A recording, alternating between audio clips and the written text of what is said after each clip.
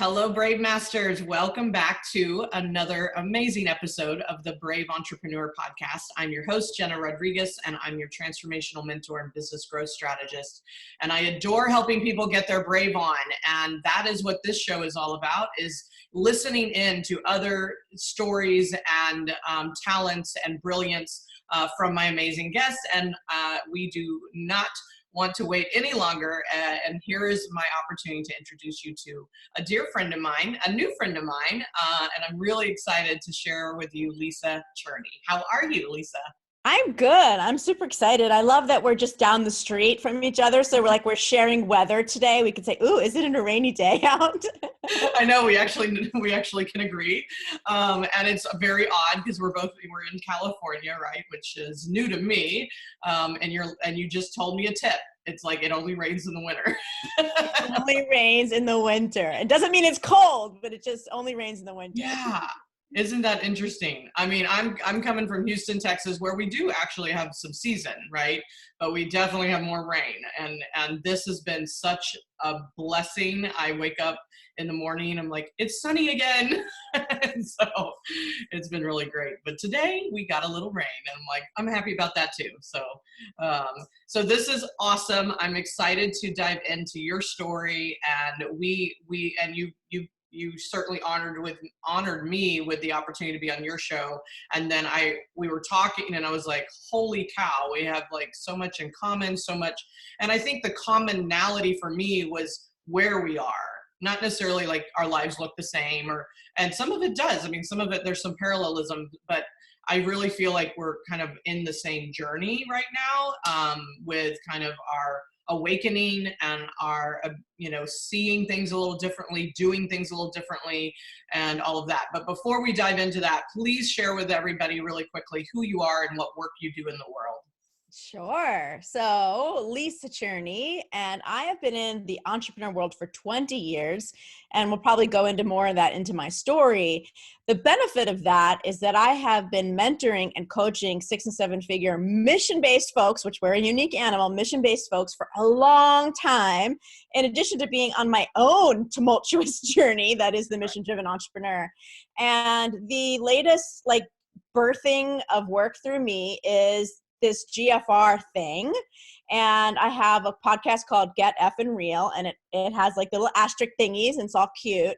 And it is straight talk and confessions from successful soulful entrepreneurs. And the intention is to sort of out this journey that the mission-driven entrepreneur has, which really is entrenched in struggle with a purpose. Yeah. Oh, that's good. Right. Yeah. And we call these things GFR wormholes. And so, I've heard these stories for 20 years of, and people really feeling like, what is happening?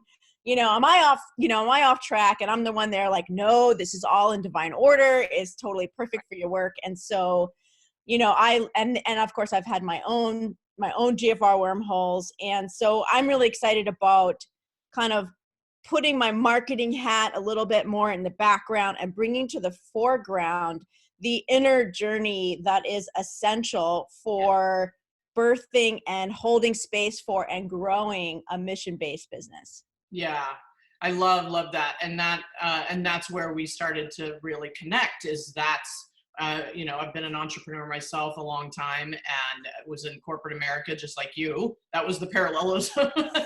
And yet I think there's a deeper conversation that needs to be had, right? And a transparent conversation, a real conversation. And I'm starting to see more and more people go there. But I absolutely love your new conversation, your Get, effing real. And I think, and that's what I want here as well. Like this brave entrepreneurship. Brave for me is about facing ourselves, right? Getting real. And so for you, my first question is, and we'll come back to what does brave mean to you, but I want to just create the distinction for people around what is a mission-based entrepreneur. It's like, I know people like grab on and title themselves that, but what is that really about for you? Yeah, I appreciate you asking, because I think it's a term that's thrown around. And if I had another one, I would use it. And in my, podcast tagline, I say successful soulful entrepreneur. I like that. And because I like the alliteration. And it is a entrepreneur that their work is personal. Their work is often born from a struggle or something that they overcame or somebody that is close to them has overcome. And now they want to help people with that in the world. Sometimes it has to do with an organization that they have seen big transformation. And now they're like, I need to help other people with this. So it's very personal, which makes it enormously unique in the journey because we feel like it's like our heart is out of our body and sort of pumping, and it's like there for everyone to stomp on, if they don't like what we hear. And the setbacks are deeper, and the transformation is an inner spiritual sort of boot camp that happens with the mission-based business owner. And so if this is resonating with you, y'all know who you are. It's just it makes it personal.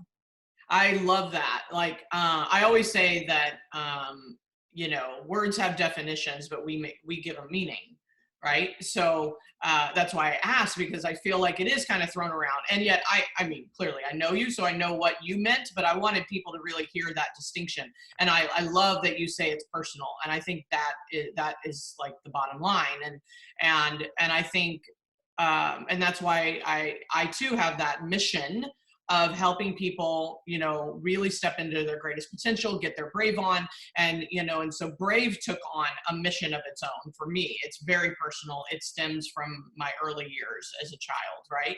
And so what would you say is the personal part for you? What is the personal story that's brought you to this need, this mission, this, like, I've got to do this?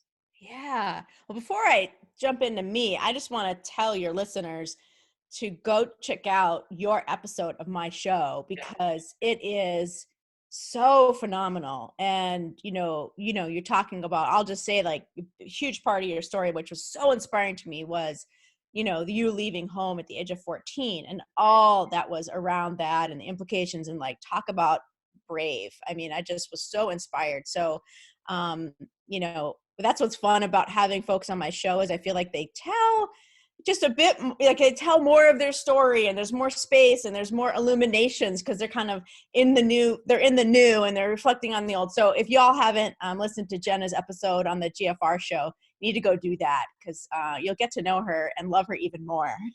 Thank you. And we'll put a link to it. I want to definitely cross-pollinate. So your question to me was about my personal journey, and it was specific to when I felt like I was being brave. Is that? Yeah. What's your brave transformation? Where did it's like clearly you went from being and I even knew you when, knew of you when. Now we've actually connected and are building that relatedness. But it's like I saw you as the marketing queen. Like you were on top of the world with that. You were building a big business, all of that. And so, it's like, and you tell your version of it, but it's like, what shifted and something had to change? Yeah. That great moment. So I feel like I need to go back a little bit to just give you some like little blips of my story that sort of led to that. So I feel like my brave inception was when my mom was diagnosed with breast cancer when I was a junior in high school. Wow. In 1 minute I'm like tanning in the backyard for my junior prom. And the next minute, my dad's like, your mom had a biopsy. We didn't even really tell you about it because we didn't think it was a big deal, but they found cancer. And it just catapulted into this journey of holy shit, my parents could die at some point. And like that sort of the awareness of life is short and the preciousness of our parents' mortality and all that. And so that like implanted a chip in me, this life is short chip. And so, fast forward through college and into my first jobs. At the age of 28, in 1 year, I was laid off 3 times in 2 years. And one doesn't make sense. In 2 years, I was laid off 3 times. And in that period of time, I kept being invited to sort of like choose again. Like, you sure you want another job? Yeah. Are you happy? How's this going? And the last job, I was traveling 90,000 miles a year. I was at the time suffering from anxiety and even on anxiety medication. And I had migraines that lasted up to 2 weeks at a time. And I was going to say I was a wreck, but I don't think I had an awareness that I was a wreck. Like now I look back, I'm like, I was a freaking wreck. That was a but, mess. but like, that's the normal operating mode for so many people is like, oh, I got this pain. I need to deal with it. I got this chronic condition. I don't know what it is. Oh, well, I don't love my job. Oh, whatever, like that. But I have this low tolerance for not being happy that was inserted in me when I was, how old, 17, 16. And so I was driving down the road after my third layoff with my banker box, on the driver's seat of my desk, over my desk, and I'm in like LA traffic, Right. It's so like, the typical scene from the movie. And I heard from a voice that was outside myself, so much outside myself that I looked around my car and it said, why go to work for somebody else when you could work for yourself? Yeah. And Jen, I had never had that thought. Like I didn't have entrepreneur mentors. My dad worked for AT&T for 30 years, through Live and die. right. Yeah. And my mom was a school teacher and then a stay-at-home mom. And so, I looked around my car. I was like, who said that? And then I went home and told my husband that I have to follow my dream. And he's like wanting to be supportive, but he had no idea what the heck I was talking about because there was no dream, when I left that morning. But really what started to bubble up in me was like, I could actually create something where I could take better care of myself and I could sleep, I didn't have to get in at 12 midnight on the flight and then be at work at 6 a.m., and I could choose who I wanted to work with and who I wanted to be in my orbit. And I could, do self-care and all that. And so this thing just bubbled up inside me. And then I haven't had another job since. So that was 20 years ago. And that, and just to really underscore the braveness of it, my husband had quit his job 3 months prior, his chemical engineering 6-figure job 3 months prior, to go back to school to be a chiropractor. So he was kind of counting on me to have a job. And at the time we didn't have our daughter yet. We waited 10 years before we had had kids, and we have the one. And so, people always ask, did you have kids yet? I was like, no, we didn't have kids, but it still felt freaking scary. You gotta take care of yourself. Right. And so that was the situation. What I want to pull out of that is this thing that I call a spark of inspiration. And I think the part of the epidemic is that so many of us are ignoring them. Yes. And so when you hear a pretty loud voice, clearly, and sometimes I think they're softer, right? And they're fleeting sometimes, that spark of inspiration, which is what I call the first step of getting your brave on, is to hear it and listen and then follow. And so the fact that you could hear that I should do this on my own and then was brave enough to make a decision about that, right? Like, okay, I'm going to do this, right? It's a yes. And so I want to know, number one, do you find that you have a habit of following the sparks of inspiration, or is it a muscle you've had to build, or it's just random? Like sometimes I just don't follow the sparks. Do you know what I mean? Yes. And I think it's a great question, because what you call sparks, and we've discovered this in our interview on my show, what you call sparks, I call confessions, right? Yes. The confession is an inner confession. Like you're driving down the road and you're like, damn, this relationship isn't going to be the one that's going to take me to the next level in my life, or, oh my gosh, I have to get out of this house, or this business partner I just can't take it anymore. So it's like that inner confession. And I love the spark nuance, because I'm creating this on the spot here, but I think there's like the confession is like, that's the GFR moment, the confession. And then I feel like kind of on its heels is a spark. It's like, maybe it's a chicken and egg thing. There's a spark and then there's a, right? I don't know, but one comes first. Yeah. But do I have a habit? I would say the one thing that I feel like is my superpower is this low tolerance for not being happy. Like, I have these things called the 12 GFR commandments. And like the first two are so, and they're not from me, they're from my clients, and how the mission driven entrepreneur, how they get in their way. And there's like 12 ways. And it's like, I just saw it repeated over and over again in my 20 years. And the first one is don't compromise. And then the confession question is, what am I tolerating? And the Yes. second one is let go of what doesn't feel good. And the confession question is, what doesn't feel good? And it's like, it's so, that sounds sort of like blanket statement kind of thing.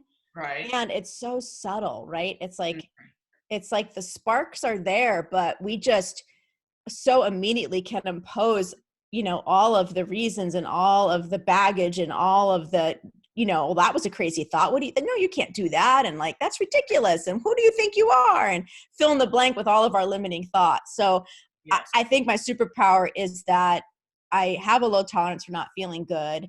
And because of that, it's like, almost like there's this internal urgency that's created. I can't go numb. And I think too, I also gave up the things early on in my life that numbed me out, which was food. And I had a whole, when I was in 12-step program for 15 years, when I was in my 20s and 30s around food. And I'm really aware of, those things that numb me out. And so I feel like you take away the numbing things, whatever it feels, you all know what your thing is. So fill in the blank, whatever like kind of cuts us off from that voice. So I don't have that anymore. And then I already had this low tolerance for not feeling good. So I just think I just can't freaking stand it. So yeah, I think I need to listen to those sparks, and not much time goes by. I just can't sort of hold that container.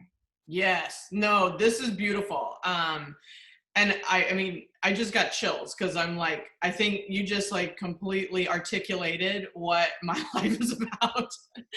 And I don't know if I can see now how there's a lack of tolerance around, for me, like lack of tolerance around not feeling good or not, not being happy or whatever. But I think where there was more of a tolerance. So I came from more of a flight or flight survival, upbringing. And so that tolerance was what was built in. It was that that didn't feel good, right? That, that fight or flight, or that, it's like, oh my gosh, I have to get out of here. And so, I think I want to offer the audience, number one, you don't have to have some, traumatic event. And I think we all have trauma of some sort, some level of it. We're just not always calling it that.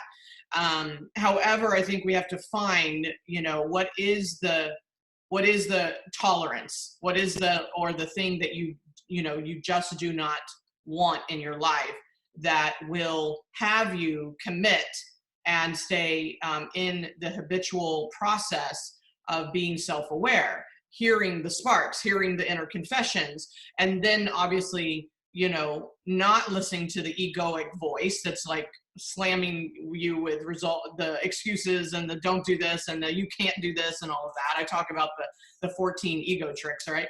I love that ego trick. Yeah, I love your 12. I love my, we're just going to put them together.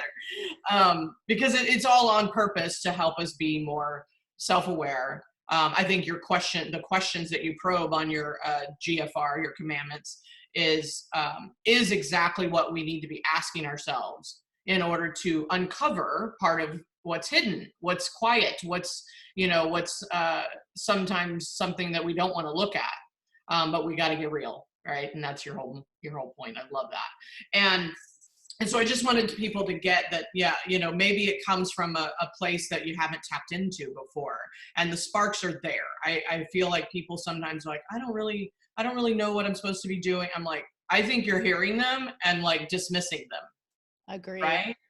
Yeah. So let's see. What I'd love to know now is, I talk about the brave, and I of course have my distinction about it. And I would love to know what you feel is your distinction. First of all, what would you say brave means to you? I think that brave is the willingness to look, to see. Yes.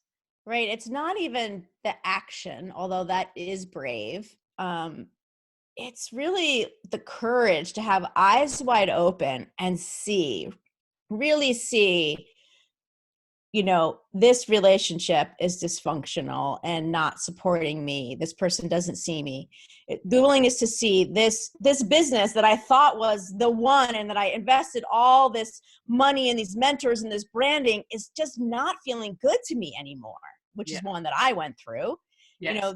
The willingness to see, like, I feel shitty about myself. When I look in the mirror, I am saying not nice things. Like, that's not okay. Like, the willingness to see those things, because, and here's my sort of focal point is that if you have a mission, there are people who need you, and all of this stuff is getting in the way. Right? Wherever you are tolerating shit, wherever you don't feel good, wherever you've made a confession and you haven't taken action, like, it's inhibiting the mission. And now let's really get real. When you get to the end of your life and you're on your deathbed, if you're lucky enough to have a runway of knowing you're going to die, which we all don't get, and you're looking back, and like, are you going to regret, like, you know what, I never did anything with that thing that I went through, that I wanted to help people and I never did? Or, for me, I had like, that was a huge thing that had me name the podcast GFR, because Get Real wasn't emphatic and urgent enough. Right. Yeah. And so I'm sorry, I'm on my soapbox, which is like a thing that I think everybody should have, We all have one. Right. And so, and we all have it, but we don't all use it. That's one of our commandments. And so that's brave. Brave is just freaking looking and confessing. Y'all, just to yourself, it's okay. Like, put it in a journal. Like, that would be a step to just take it out of your head, because it's so fleeting and it could disappear like that. So it's like writing it down, or telling somebody that you really trust that that's, to me, that is brave, because that is the inception. That is the ground zero for transformation. Yes. And I have my journal right here, right next to me. So, like, when I get something, it goes right here. And it's so funny. I hear some of my clients and people I talk to, and they're like, I don't journal. It's just not. I'm like, fine, take notes. Just write shit down, okay? Doesn't need to be journaling. Call it what you want. That's just an egoic, reason not to do it. So, number one, that was brilliant, because and that is what I've come to see. And that's really what I mean as well around facing yourself, is being willing to look, what's the mirror reflection showing, and personal ownership, I think is clearly the next step.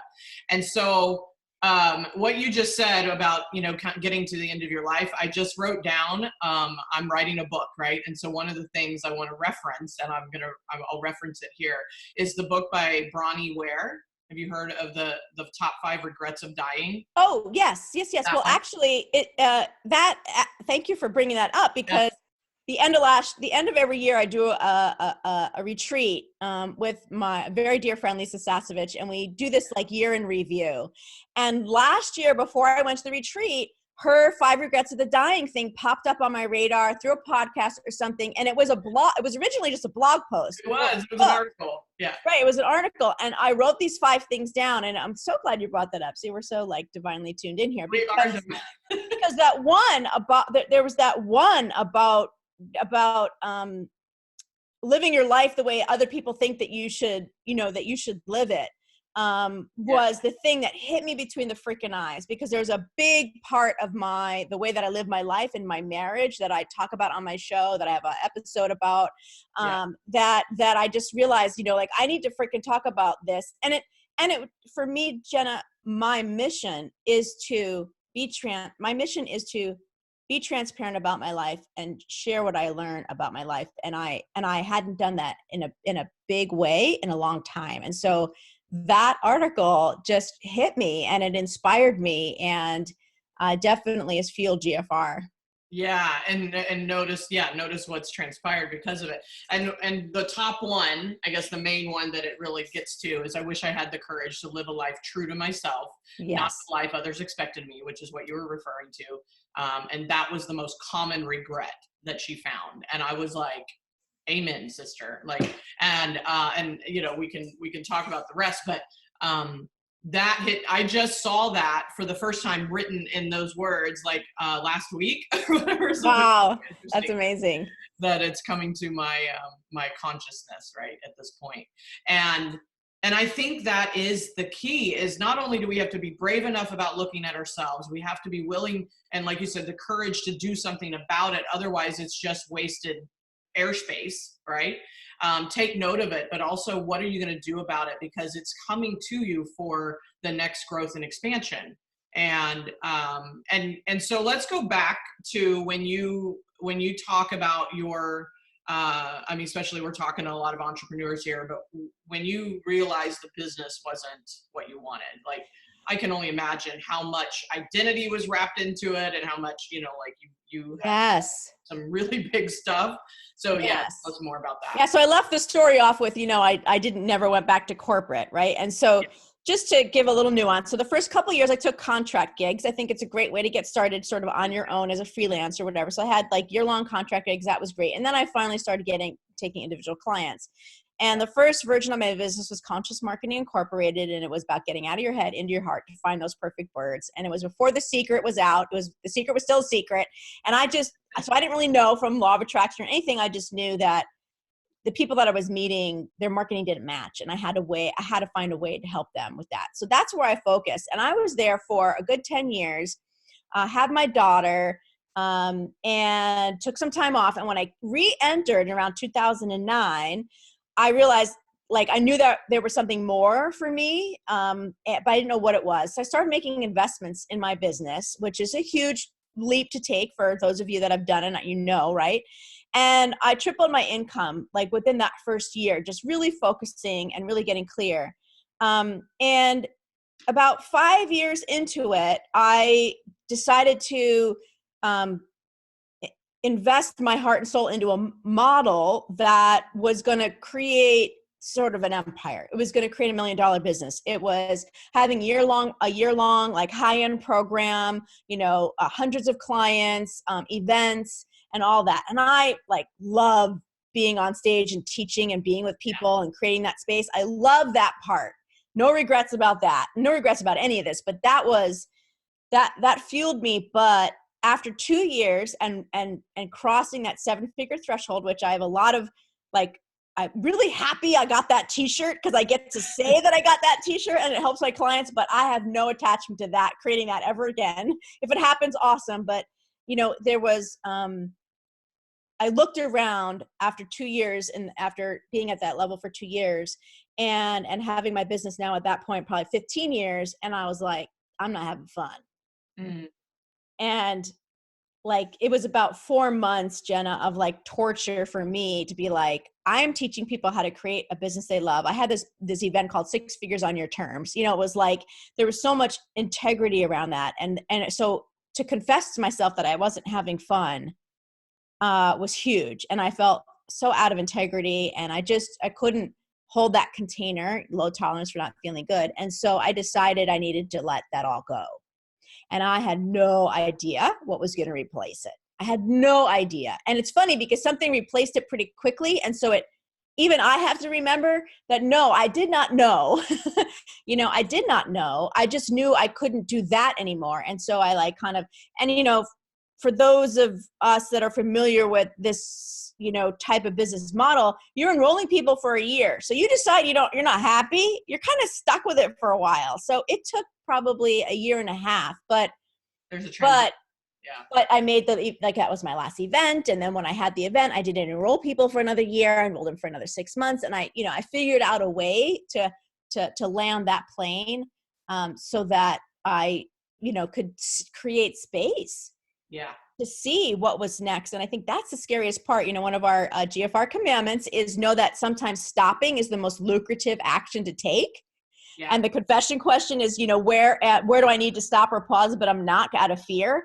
Like, I live that story. My clients live that story all the time. And I stopped. And it was I learned so much from doing that. And my clients were when I remember telling them, and they were so like gave me so much positive feedback for being real and doing what I needed to do. And so that was really huge. Yeah, super, super huge. And I think I just realized talking to you in reflection is that number one, the word I just typed was congruency. Was when we are congruent, right? Yes. Things flow, things feel good, things come to us. We're in receptivity mode, and when we aren't, right? It's like you're sitting, it's like you're speaking exactly what you don't want to say to people. Meaning, you want people to have marketing that's consistent with where they are and who they are and what they're up to and all of that congruency. And the moment we become out of the congruency with who we are and who we're becoming, I think we have to give our permission to, like, it's okay. It's really okay. And Yes. yet it's probably one of the bravest, scariest things, that we come up against. And I just recognized in your story that 2 years, yes, 2 years ago, I used to do 3-day events. Not to say I never say never. That was a lesson I learned at like 20. Never say never. But uh, is that I saw the effort. I loved being on the stage. I loved getting to it. Yes. And then, yeah, it's like it filled the program. It did all these. It obviously created a large cash injection. But it was almost, there was an effort that was almost soul sucking. It was a lot. And Yes. not to say that there's not a lesson inside of that for myself called maybe there's a better way to do it, or not. Agree. I don't know, but I stopped that. I stopped it. And I was just like, this isn't where I want to go right now. And like I said, I never say never. So it doesn't mean it doesn't, come back into my model. But I get you on, I think part of the problem is we're focusing on what everybody else is telling us to do, and we're not listening to what's actually right for us. Yes? Yes. Yes. Which brings me to a new term that I'm hashtagging and owning the crap out of this term. It feels so awesome is unmentor.